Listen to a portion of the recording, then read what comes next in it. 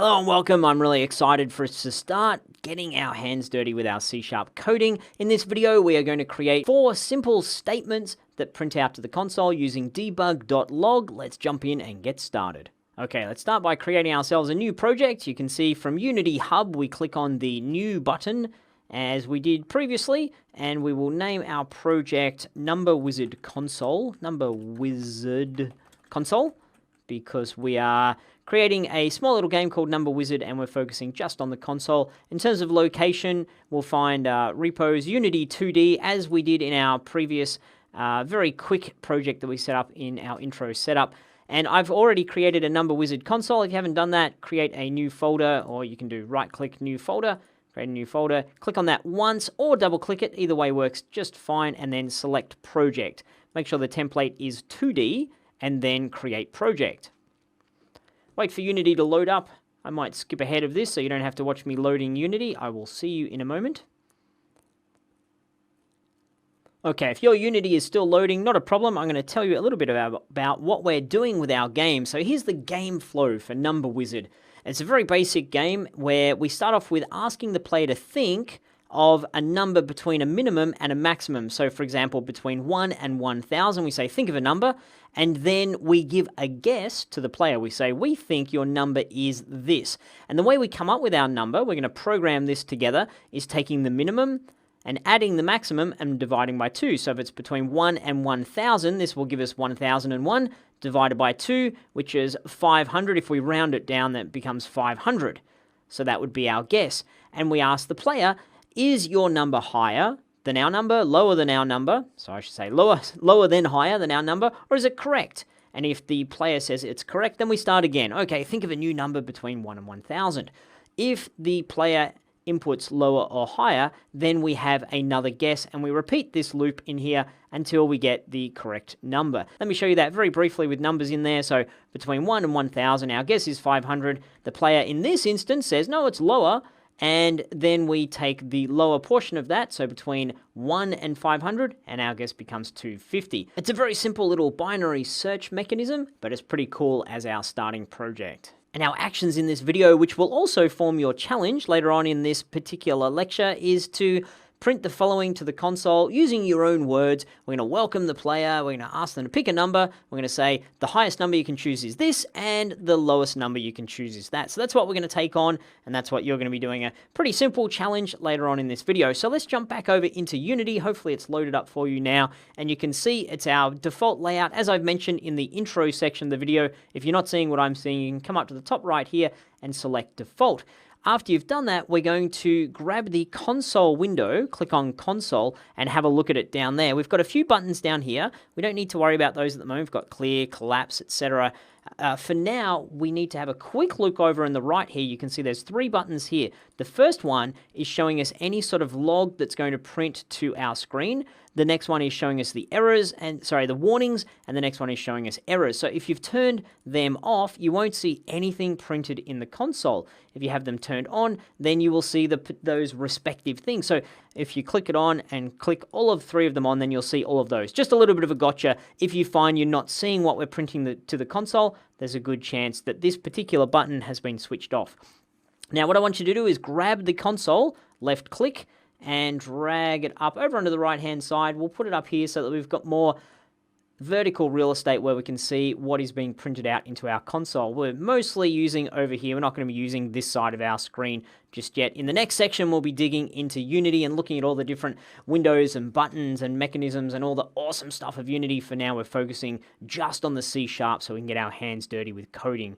So the next step is for us to create a script. If you come down into your assets area down here, right-click, create a C# script. And before doing anything else and before clicking anywhere else, type in Number Wizard, capital N, capital W, no spaces in between that. Whenever we create a script, there's no spaces. Hit enter, then double-click on your script. That will open up Visual Studio. And we see all of the standard information that Unity puts within a script as a default when we first start a script. What we're going to focus on is jumping straight into the start method and writing our content in here. We're going to write some statements in here. And our first statement is going to be debug.log. So follow along with me here, capital D, debug.log, L-O-G, and then open brackets, put in the quotation marks, and then we're going to type something along the lines of welcome to Number Wizard. Yo. Maybe not the yo. Oh yeah, we'll put the yo in there. We'll pretend we're gangster, even though I'm totally as ungangster as you can get.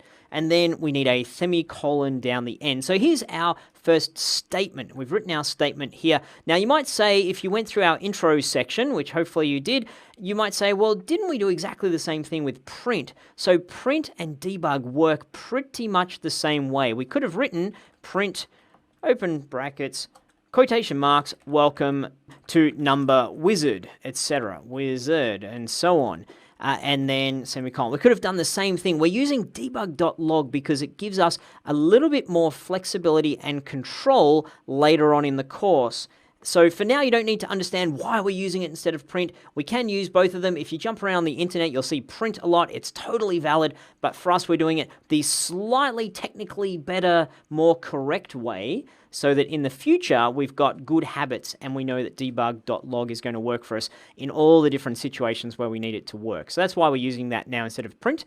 So type in debug.log and the statement in here, save that, and then go back over into Unity. The other step we need to do is to attach our script to a game object. If you see sample scene up here, if you open that up, we've got a main camera. And as we did in the intro, you can either drag your script straight onto there, or when you've clicked on main camera, come back over here to inspector. So you've clicked on inspector and drag your script over into the inspector, which is the same thing as dragging it over onto main camera. You can see now that our sample scene has a little asterisk next to it, and we can go up and say File, Save Scene. We can also save scene as and change the name of it. So we might want to change the name of the scene to be Number Wizard, for example. Number Wizard. So we're calling our scene Number Wizard. You can see now that our whole scene has been renamed Number Wizard, and up the top here it'll say numberwizard.unity. So not a big deal. You can leave it as sample scene, but sample just doesn't really seem what we're up to at the moment. We're making a Number Wizard. That's what we're doing. Okay, now that we've saved that and we've added our script to the main camera, just to have somewhere that we place it, we can click on play and make sure that you've selected the console. If you've still got the inspector open, you won't see this, so click on the console, and we can see, welcome to Number Wizard, yo, excellent. Okay, so now, as I mentioned, I've got a challenge for you. We can unclick play mode there, jump back over into our script, look to see what we've got. I've left a blinking cursor here because what I'd like you to do is our challenge. So I've written a welcome, write it in your own words, write another statement, which is about, we would like you to pick a number, so saying to the player, pick a number, and then another statement again, which is the highest number you can choose is, and we'll say 1,000 for now, and the lowest number is, and we'll say 1 for the moment. And the syntax that we're using is debug.log, open bracket, quotation mark, the thing you want to say, end quotation mark, end bracket, and make sure you put your semicolon on the end. So you should end up with 4 lines in here, this first one, and then another 3 lines saying what we've got here in terms of our challenge. Okay, so that's the challenge. Give that your best shot. Pause the video now, and I'll give you time to work on that. When you come back, we'll go through the solution together. So this is a great time to pause, great time to do the challenge, great time to get your hands dirty, and I will see you in a moment. Welcome back. Hopefully you went well with that. Let me show you my approach to working through this. Let's start by typing debug.log. What are we going to say next? Pick a number. Don't tell me what it is. ... Semicolon. And then debug.log. Open brackets. Quotation marks. The highest number you can pick is, we'll say 1,000. And debug.log, open brackets, and then quotation marks. And in here, we're going to say the lowest number you can pick is 1.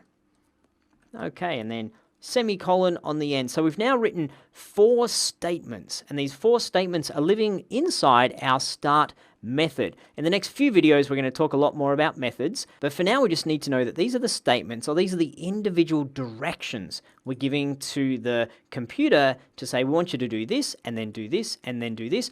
And the start method here is like a recipe, where the start method is saying, here are the 4 individual steps within my recipe to make the thing happen that we want to have happen. Now let's save that, back over into Unity, click on play, and you can see in here, welcome to Number Wizard, pick a number, highest number and lowest number. Excellent. So we've created the first part, the structure for our game. So we're giving our player the context of this is what we want you to do. And in our next video, we'll be looking at variables and how we can create a more flexible structure using those variables as a way to store information. So great work. You're doing really well. I look forward to seeing you in the next video.